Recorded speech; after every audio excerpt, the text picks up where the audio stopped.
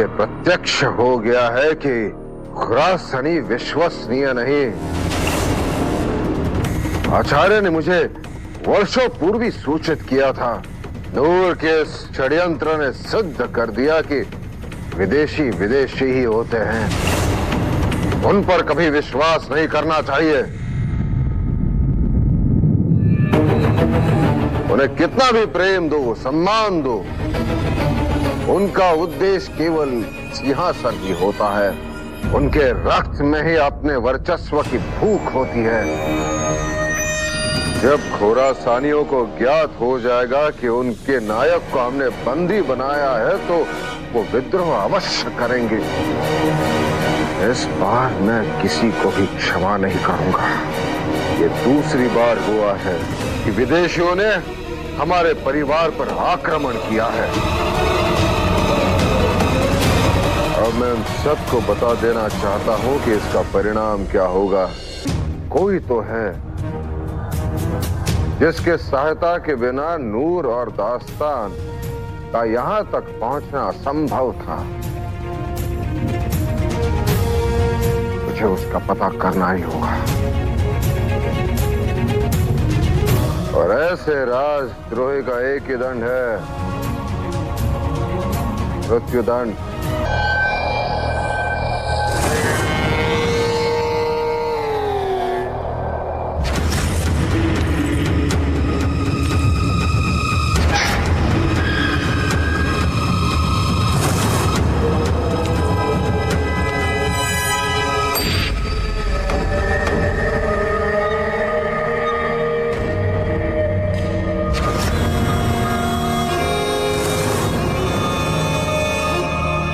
मैं जानता था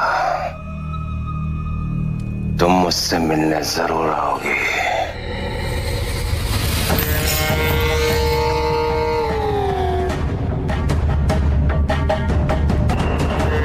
जानती हो मैं अभी तक जिंदा क्यों हूं?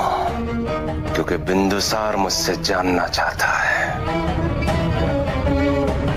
कि महल में वो कौन है जिसने मेरी और नूर की मदद की।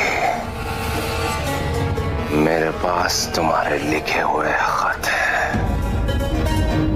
जो तुमने नूर को लिखे थे। उन्हें पढ़ने के बाद बिंदुसार को कोई शक नहीं रहेगा कि उसके दुश्मन सिर्फ खुरासानियों में नहीं, यूनानियों में भी है। हमारा नाम लेकर भी तुम अपने प्राणों की रक्षा तो नहीं कर पाओगे। पर तुम्हारा नाम लेकर तुम्हारी मौत पक्की कर सकता हूं मैं। अगर मैं मरा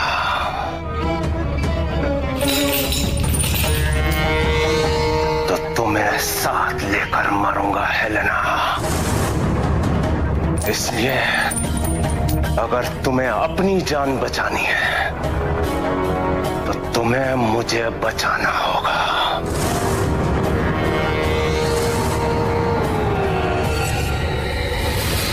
वन फूल मुरझाता नहीं है। फारस की मणि अपनी कांति खो चुकी है। भेड़िए को पिंजरा तोड़ना है।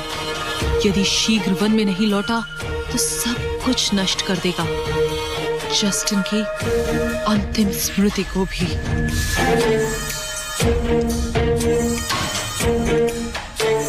यदि सेल्यूकस निकेटर को समेत कर ये संदेश मिल जाएगा तो वो समझ जाएंगे कि अशोक जीवित है और नूर मर चुकी है। दास्तान मुक्त होना चाहता है, नहीं तो वो भारी क्षति पहुंचा सकता है, सियामा को भी छीन सकता है।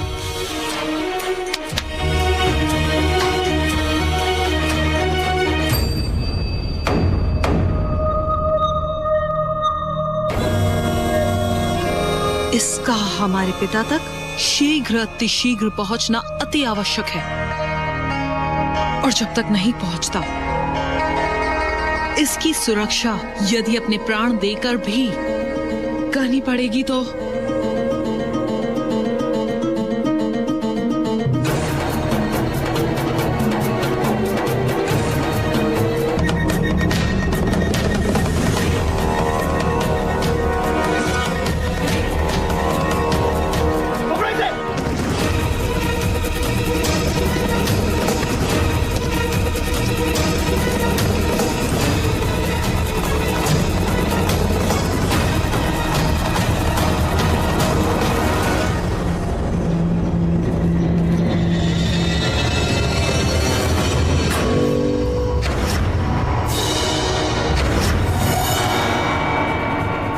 यदि इसका शेष भाग प्राप्त करने के लिए इसका उदर भी फाड़ना पड़े तो बिना संकोच फाड़ डालो।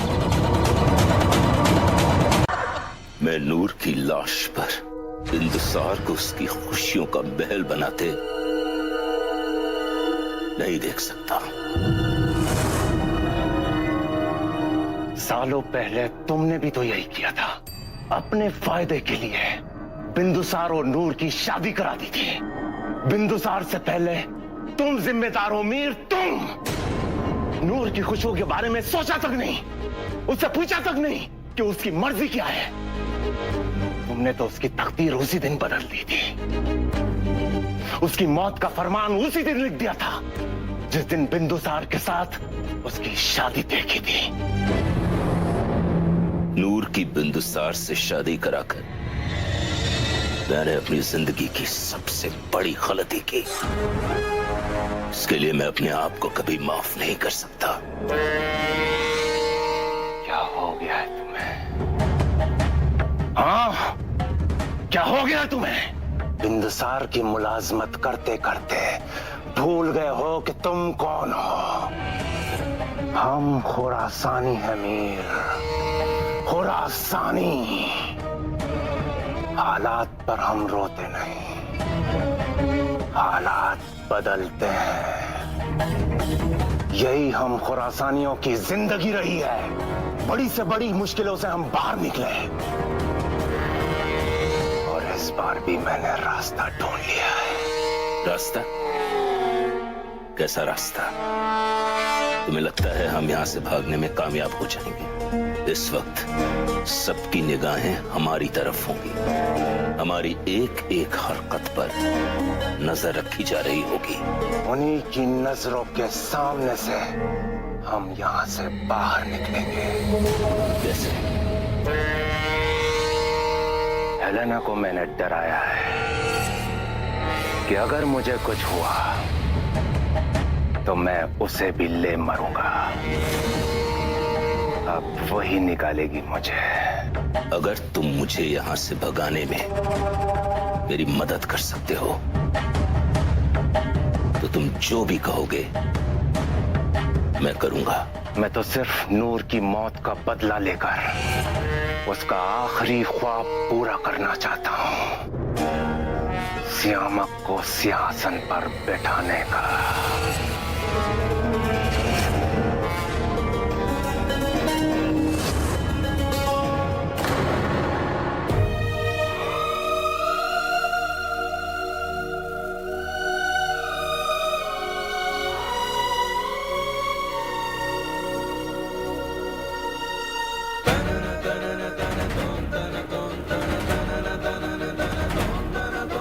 आज मगध ने अपने सबसे प्रिय पुत्र को खो दिया है।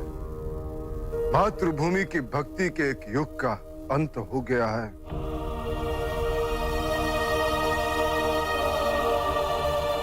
आज मगध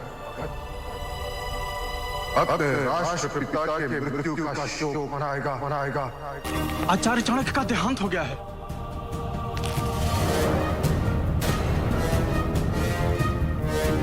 देखने की बात है, मौका तो हर बात में छुपा होता है मीर। यह अनर्थ हुआ कैसे? पर इससे पहले कि वो मुझे कुछ बता पाते,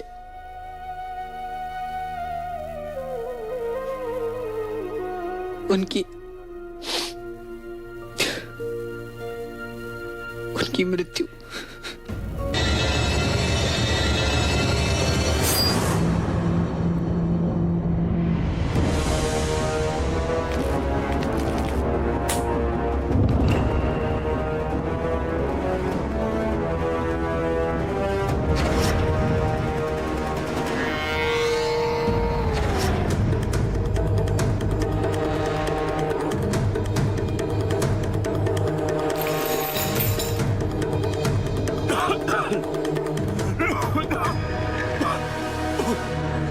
पानी दो, ओ पानी, पानी।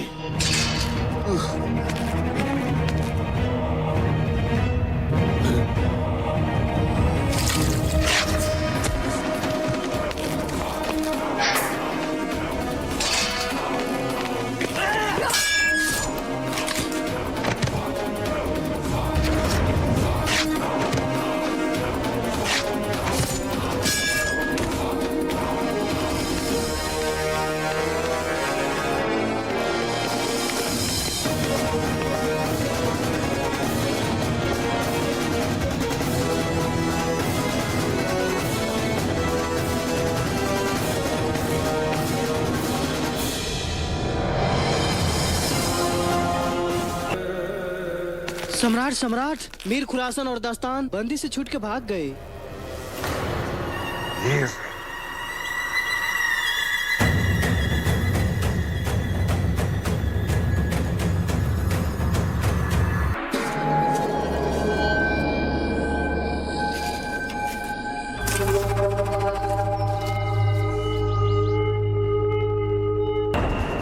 अब कहाँ जाना है? तुम्हारे आदमी आखिर कितनी दूर पर है? नहीं मीर, तुम मेरे साथ नहीं चल रहे। क्या मतलब? समझा करो मीर, मैंने नूर को एक बार माफ कर दिया था क्योंकि मैं उससे प्यार करता था, और तुम्हारी वजह से तो मैंने नूर को खोया था। तुमने उसे बिंदुसार के गले बांधा, तुम्हें कैसे माफ कर दूं? मजाक कर रहे हो? मुझे डरा रहे हो? मैं डर गया, मैं डर गया। अगर तुम्हें मुझे यहाँ छोड़ना होता तो तुम मुझे वहां से निकालते ही क्यों? है दास्तान?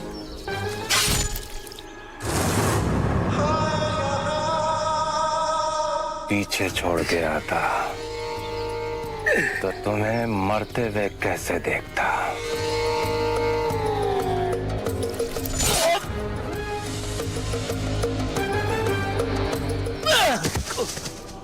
अलविदा मीर।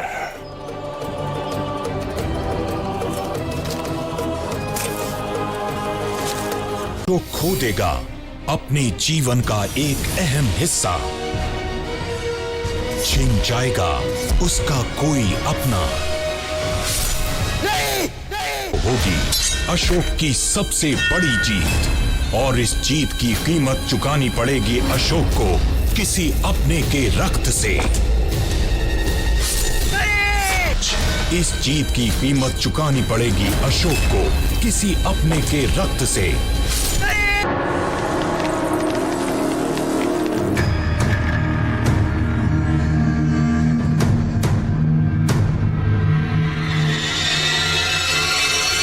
हो क्या रहा है पाटलिपुत्र में? क्या हमारी सुरक्षा व्यवस्था इतनी क्षीण हो गई है कि हमारी बेड़ियों में इतना भी दम नहीं कि उसे कोई भी तोड़ दे? कहीं ऐसा तो नहीं कि आचार्य चाणक्य को भी दास्तान नहीं? संभावना तो है ही। हो सकता है दास्तान ने ही अपने सैनिकों द्वारा आचार्य की हत्या का षड्यंत्र रचा हो, ताकि हम सब जब इतनी बड़ी क्षति से यहाँ शोकग्रस्त हो जाए, वो उसका लाभ उठाकर यहाँ से भाग सके। मीर और दास्तान रानी नूर की मृत्यु का प्रतिशोध लेना चाहते होंगे, और ये जग विदित है कि आचार्य के होते हुए राज परिवार को कोई छू भी नहीं सकता था। इसीलिए मीर और दास्तान ने आचार्य को अपने मार्ग से ही हटा दिया। सत्य कहा था आचार्य ने, कुछ लोग क्षमा योग्य होते ही नहीं है। मैंने मीर खुरासन को मृत्युदंड ना देकर सबसे बड़ी और सबसे घातक भूल की है। आचार्य की हत्या के लिए कोई और नहीं,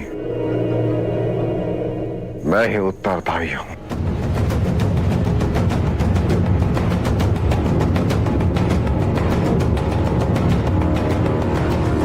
मैंने ही मीर को क्षमा कर ये अवसर दिया है कि वो पुनः आक्रमण करे, मुझे मार देता। आचार्य क्यों? मैं आचार्य का ये बलिदान व्यर्थ नहीं जाने दूंगा। उनकी हत्या का प्रतिशोध अवश्य लूंगा। मुझे मीर और दास्तान चाहिए। जीवित या मृत? जीवित मिले या मृत, अब इसमें कोई अंतर नहीं, केवल वो पलायन न कर पाए। वो जो भी है माँ, है तो मगध के शत्रु ही ना। मैं उन्हें नहीं छोड़ूंगा, इस बार नहीं।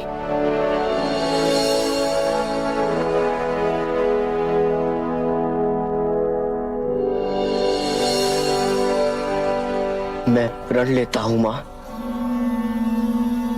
मैं दास्तान को ढूंढ लाऊंगा, उसे दंड दिलवाऊंगा, और यदि मैं ऐसा नहीं कर पाया तो मैं अपने आचार्य की अंतिम दर्शन नहीं करूंगा।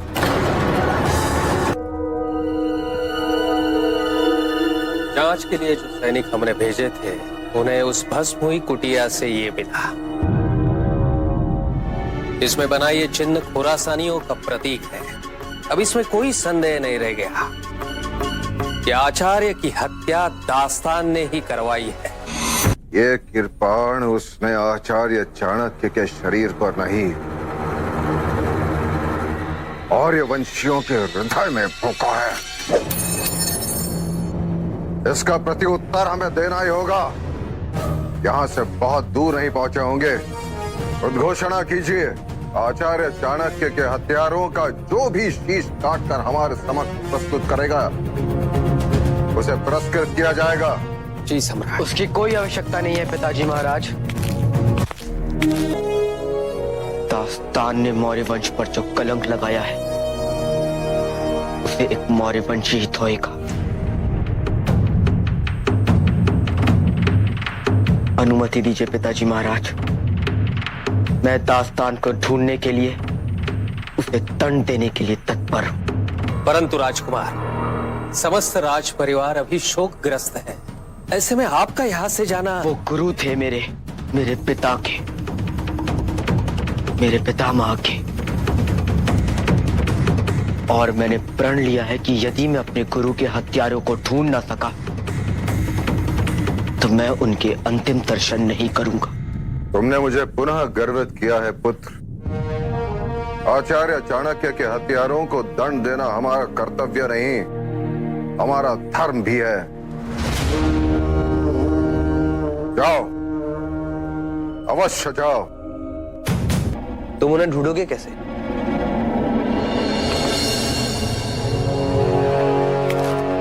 वो लोग भागने के लिए यहां से नदी में कूदे, दोनों आहत होंगे, इसलिए उनका नदी के वेग के विरुद्ध जाना असंभव है।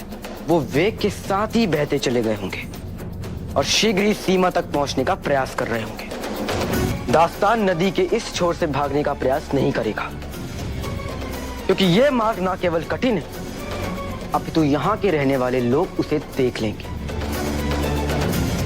दास्तान के लिए सबसे सुरक्षित मार्ग है ये, क्योंकि इस ओर घने वन है, उसे छुपने में सहायता होगी और वो प्रतीक्षा करेगा उचित समय का, जिसका लाभ उठाकर वो सीमा पार कर सकेगा। पर मित्र, ये वन बहुत बड़ा है और घना भी। इतने कम समय में तुम दास्तान को यहाँ कैसे ढूंढ पाओगे? कल सूर्योदय होते ही आचार्य का दाह संस्कार कर दिया जाएगा और तब तक। बाबू ठीक कह रहा है। यदि हम सेना लेकर भी चलें तो भी उस तक पहुंच पाना बहुत कठिन है। आचार्य चाणक्य कहा करते थे कि कायर भीड़ में छुपकर भीड़ में चलना चाहते हैं, और हम दास्तान को भीड़ में छुपने का अवसर देंगे। आचार्य के हत्यारों को दंडित करने हेतु तुम उनके निवास से प्रस्थान कर रहे हो। मैं तुम्हारी सफलता की कामना करूंगा। सम्राट, आप ऐसा कैसे कर सकते हैं? अशोक एक बालक है और हमने देखा है दास्तान कितना शक्तिशाली है।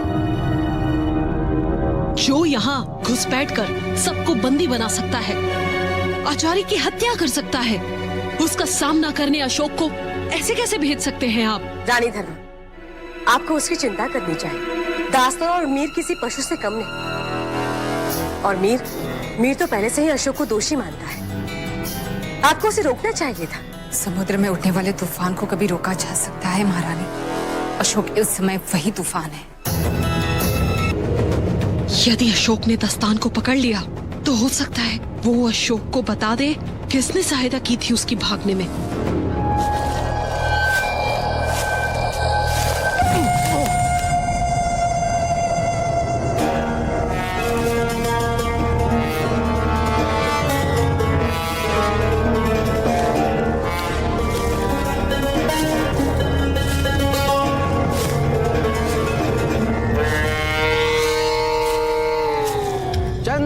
जब तक रहेगा सबके मन में आचार्य बसेंगे। चंद्र सूर्य जब तक रहेगा सबके मन में आचार्य बसेंगे। चंद्र सूर्य जब तक रहेगा सबके मन में आचार्य बसेंगे। चंद्र सूर्य जब तक रहेगा सबके मन में आचार्य बसेंगे। सरहद पार करने का इससे अच्छा मौका मुझे दोबारा नहीं मिलेगा। मुझे इनमें शामिल होना ही पड़ेगा।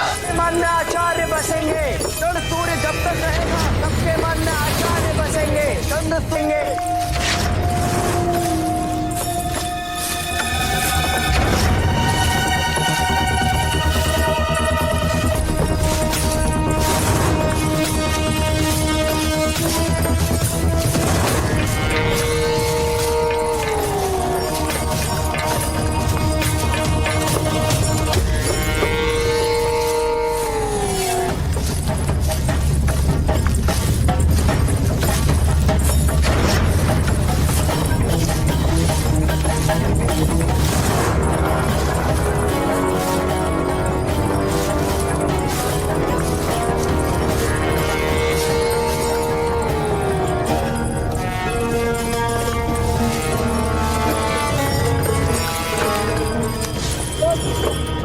अकेला है, इसके साथ इसके सैनिक भी नहीं और मीर खुरासन भी नहीं। भाग्य तो दोनों एक साथ हैं। क्या वो सच में ऋषि है? ये तो हमें पता करना पड़ेगा। जाओ पता करो।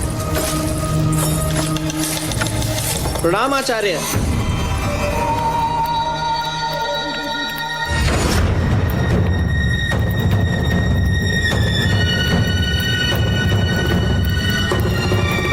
रिसीवर आप इस हाथ से आशीर्वाद क्यों दे रहे हैं?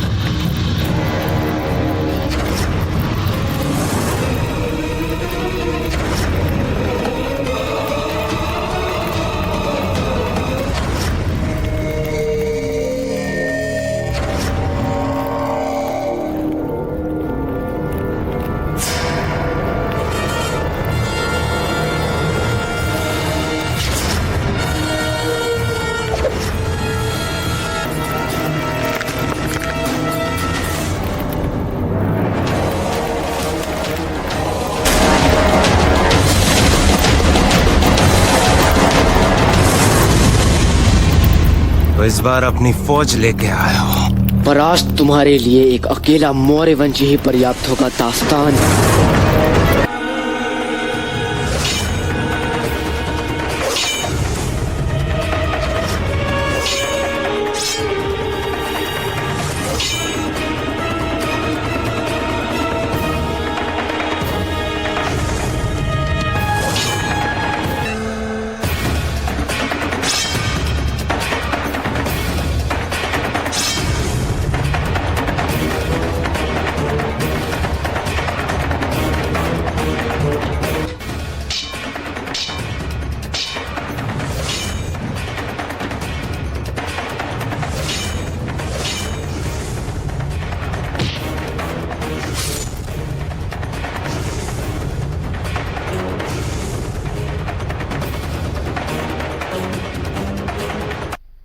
ये मेरे गुरु की हत्या करने के लिए।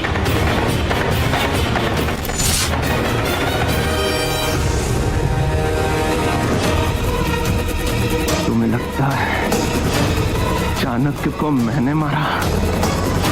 मेरी जंग मेरे प्यार के लिए थी। तुम्हारे दुश्मन तुम्हारे महल में है, तुम्हारे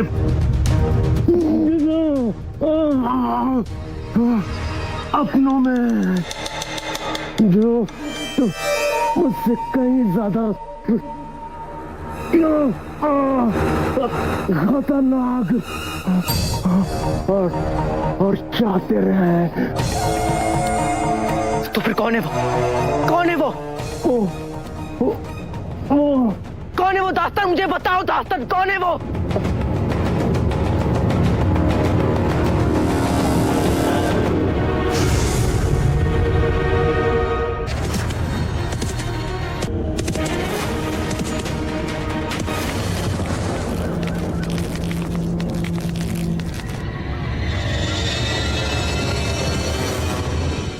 अप्रतिम,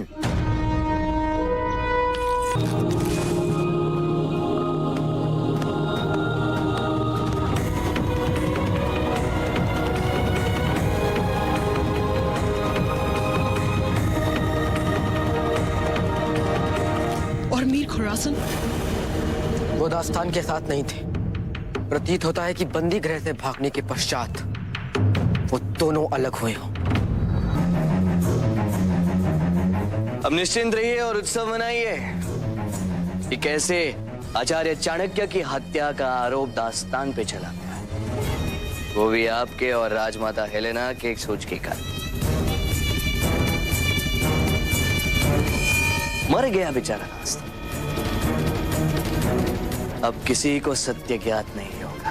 राजकुमार आप वाह वाह, सुषम ठीक कह रहे हैं। अभी उत्सव मनाइए, जो हुआ भूल जाइए। ना भूला जाएगा ना ही भूलने दिया जाएगा। ये मृत्यु का शोक नहीं, ये तो विजय का उत्सव प्रतीत होता है। संसार तो यही जानता है कि आचार्य की हत्या दास्तान ने की है, पर आज ये रहस्य मैं आप सबको बताने आया कि आचार्य की हत्या दास्तान ने नहीं की है।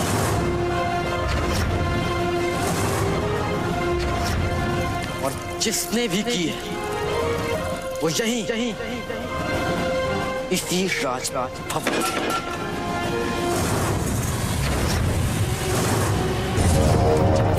अर्थात इस पूरे षड्यंत्र में यूनानी और खुरासनी एक साथ हैं। वैसे इतने दिन तक तुम थे कहाँ? हमें तो लगा था कि तुम मारे गए।